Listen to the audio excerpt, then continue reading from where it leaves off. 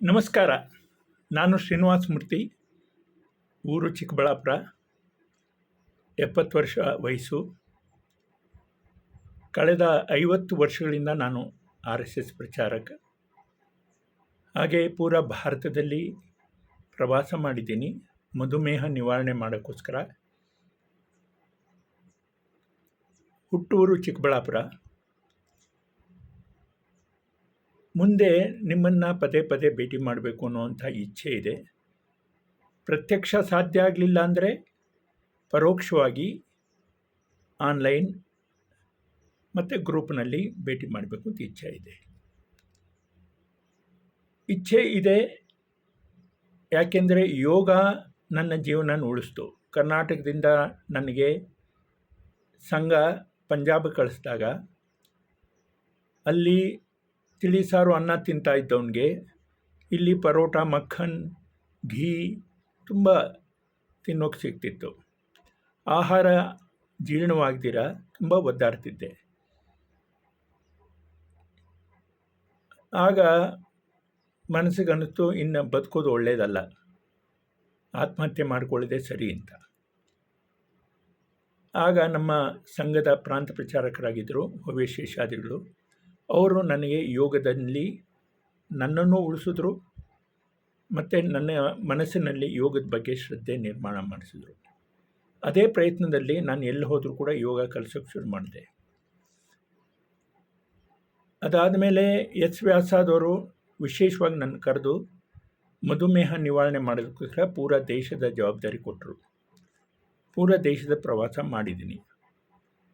ಯೂನಿವರ್ಸಿಟಿಯಲ್ಲಿ ಇದ್ದಾಗ್ಯೂ ಸಹ ಮನಸ್ಸಿನಲ್ಲಿ ಒಂದೇ ಕಾಡ್ತಾ ಇದ್ದಿದ್ದು ವಿಷಯ, ನಮ್ಮದಾದಂಥ ಸಮಾಜದ ಲೆವೆಲ್ಗೆ ಒಗ್ಗುವಂಥ ಒಂದು ಯೋಗ ಕೇಂದ್ರ ಶುರು ಮಾಡಬೇಕು.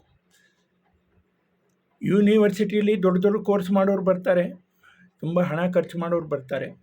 ಆದರೆ ಸಾಮಾನ್ಯರಿಗೆ ನಿತ್ಯ ಉಪಯೋಗಿ ಆಗುವಂಥ ಯೋಗ ಕಲಿಸೋರು ಯಾರಾದರೂ ಬೇಕಲ್ವಾ? ಸ್ವಾಮಿ ರಾಮದೇವ್ಜಿಯವರು ಮಾಡ್ತಿದ್ದಾರೆ. ಆದರೆ ಸ್ವಾಮಿ ರಾಮದೇವ್ಜಿಯವರು ಕೂಡ ಎಲ್ಲವೂ ಚೆನ್ನಾಗಿದ್ದಾಗ್ಯೂ ಸಹ ಸಾಮಾನ್ಯರಿಗೆ ಎಟ್ಕೋದು ಕಷ್ಟ. ನಾನು ಕೇಳಿದ್ದೀನಿ, ಪ್ರತಿದಿನಕ್ಕೆ 4,000-5,000 ತಗೋತಾರೆ ಅಂತ. ಅದಕ್ಕೆ ಒಂದು ಈ ವಿಷಯ. ಅದಕ್ಕೆ ಎಲ್ಲೆಲ್ಲಿದ್ದೀವೋ ನಾವು ಅಲ್ಲಲ್ಲೇ ಆರೋಗ್ಯ ಸುಧಾರಣೆ ಕೇಂದ್ರ, ಭಾರತೀಯ ಜೀವನ ಶೈಲಿ ಕಲಿಸ್ಕೊಡುವಂಥ ಕೇಂದ್ರ ಮಾಡಬೇಕು ಅಂತ. ಯೋಗದಲ್ಲೂ ಕೂಡ ತುಂಬ ಇದೆ. ಸ್ವಾಮಿ ರಾಮದೇವ್ಜಿ ಸಾಮಾನ್ಯರಿಗೆ ಯೋಗ ಕಲಿಸಿದ್ರು, ಅದು ಮಹತ್ವ ಇದ್ದೇ ಇದೆ.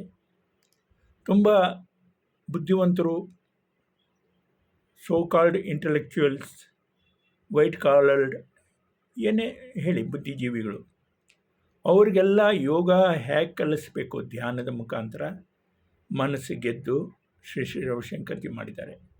ಆ ಪ್ರಯೋಗ ಭೀ ತುಂಬ ಮಹತ್ವದ್ದು. BK ಅಯ್ಯಂಗಾರ್ಜಿ ಪೂರಾ ವಿಶ್ವದಲ್ಲಿ ಯೋಗ ಕಲಿಸಿದ್ದಾರೆ, ಅದಕ್ಕೂ ಮಹತ್ವ ಇದೆ. ಅದಕ್ಕೆ ಉತ್ತರ ಭಾರತದಲ್ಲಿ ಬಂದ ಮೇಲೆ ಇಲ್ಲಿ ಅಮೃತ್ಸರದಲ್ಲಿ ಆಗುವಂಥ ಪ್ರಯತ್ನಗಳು, ಬಿಹಾರಲ್ಲಿ ಆಗುವಂಥ ಪ್ರಯತ್ನಗಳು, ಅವೆಲ್ಲವನ್ನು ನೋಡಿದ ಮೇಲೆ ನನಗನ್ನಿಸ್ತು, ನಾವು ಪರಸ್ಪರ ಹೊಂದಾಣಿಕೆ ಇಟ್ಟುಕೊಂಡು ಸಮಾಜ ಸೇವೆ ಮಾಡಿದರೆ, ಆರೋಗ್ಯ ಸುಧಾರಿಸುವಂಥ ಕೇಂದ್ರ ಮಾಡಿದರೆ ಎಷ್ಟು ಚೆನ್ನಾಗಿರುತ್ತೆ ಅಂತ.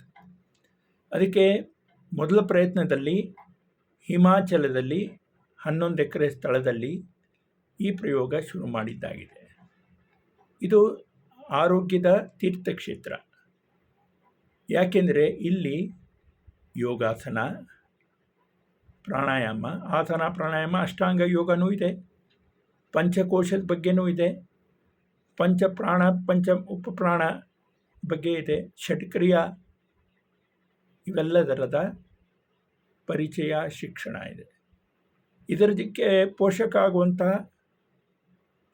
ನ್ಯೂರೋಥೆರಪಿ, ಯಾನೇ ಆಯುರ್ವೇದಿಕ್ ಶಾಸ್ತ್ರದಲ್ಲಿದೆ, ಪಾದಾಘಾತ ಅಂತ, ಅದನ್ನು ಜೋಡಿಸ್ಕೊಂಡಿದೆ. ನ್ಯಾಚುರೋಪತಿಯಲ್ಲಿ ಮಡ್ ಟ್ರೀಟ್ಮೆಂಟ್ ಜೋಡಿಸ್ಕೊಂಡಿದೆ. ಪಂಚಗವ್ಯ, ವಾತ ಪಿತ್ತ ಕಫನ ಸಮ ಮಾಡೋಕ್ಕೆ, ಪಂಚ ತತ್ವಗಳನ್ನು ನಿಯಂತ್ರಣ ಮಾಡೋಕ್ಕೆ, ಆ ಪ್ರಶಿಕ್ಷಣವೂ ಇಲ್ಲಿ ಸಿಗೋದಿದೆ. ಆ ಥರದ ಕೇಂದ್ರ ಮಾಡಿದ ಮೇಲೆ ಮನಸ್ಸಿಗೆ ಅನ್ನಿಸ್ತು, ಈ ಕಾರ್ಯದ ವಿಸ್ತಾರ ಹೇಗೆ ಮಾಡೋದು ಅಂತ. ನಾವು ಯೋಗ ಭಾರತಿ ಹಿಮಾಚಲ್ ಅಂತ 5 ವರ್ಷಗಳ ಹಿಂದೆ ಶುರು ಮಾಡಿದ್ವಿ. ಈಗ ಇಲ್ಲಿಗೆ 13 ರಾಜ್ಯಗಳಿಂದ ಬೇರೆ ಬೇರೆ ಸಮಯದಲ್ಲಿ ಬಂದು 7 ದಿನದ ಯೋಗ ಪ್ರವೀಣ ವರ್ಗ ಪ್ರಶಿಕ್ಷಣ ತಗೊಂಡಿದ್ದಾರೆ. ಕರ್ನಾಟಕದಿಂದಲೂ ಅರ್ಚನಾ ಅಂತ ಬಂದಿದ್ದರು, ಅವರು ಪ್ರಶಿಕ್ಷಣ ತಗೊಂಡು ಹೋಗಿದ್ದಾರೆ. ಕರ್ನಾಟಕದವ್ರಿಗೆ ಉತ್ತರ ಭಾರತಕ್ಕೆ ಬರೋದು ಅಂದರೆ ಚಳಿಯಲ್ಲೂ ಕಷ್ಟ, ಬೇಸಿಗೆಲ್ಲಂತೂ ಇನ್ನಷ್ಟು ಕಷ್ಟ. ಅದಕ್ಕೆ ನನ್ನ ಮನಸ್ಸಿನಲ್ಲಿ ತುಂಬ ದಿನದಿಂದ ನಡೀತಾ ಇದ್ದ ವಿಚಾರ ಅಂದರೆ, ಕರ್ನಾಟಕದಲ್ಲೇ ಯಾಕೆ ಶುರು ಮಾಡಬಾರ್ದು?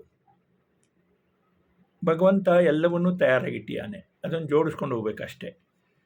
ನಮ್ಮ ತುಂಬ ಹಳೆ ಪ್ರಚಾರಕರಾಗಿದ್ದವರು ಶ್ರೀಕಾಂತ್ ಬೆಟಗೇರಿ ಅವರು ಧರತ್ರಿ ಅಂತ ಒಂದು ಸಂಸ್ಥೆ ಶುರು ಮಾಡಿದ್ದಾರೆ. ಅಲ್ಲಿ ಎಲ್ಲ ಥರದ ಪ್ರಶಿಕ್ಷಣಗಳು ಸಿಗುತ್ತೆ. ಅದಕ್ಕೆ ನಾನು ಅವ್ರಿಗೆ ಹೇಳಿದ್ದೀನಿ, ಕ್ರಿಸ್ಮಸ್ಸಿಗೆ ಅಲ್ಲಿ ಕ್ಯಾಂಪ್ ಮಾಡಿ, ನಾನು 1 ವಾರ ಇರ್ತೀನಿ. ಉಪಯೋಗ ಹತ್ತಿರದಲ್ಲಿರೋರದೇ ಆಗಬೇಕು. ಯಾರೋ ಬಂದು ಯೋಗ ಕಲಿಸಲಿ, ಪ್ರಾಣಾಯಾಮ ಕಲಿಸಲಿ, ಎಕ್ಸ್ಪರ್ಟ್ಸ್ಗೂ ಕರೆಸೋಣ. ಯೋಗದಲ್ಲಿ ಮುಂದುವರೆದವರು ಇನ್ನೂ ಮುಂದುವರಿಬೇಕು ಅಂತ ಇಚ್ಛೆ ಇರೋರು ಬರಲಿ. ಭಾರತೀಯ ಜೀವನ ಶೈಲಿ ತಕ್ಕ ಹಾಗೆ ಈ ಪ್ರಶಿಕ್ಷಣ ಆಗಲಿ.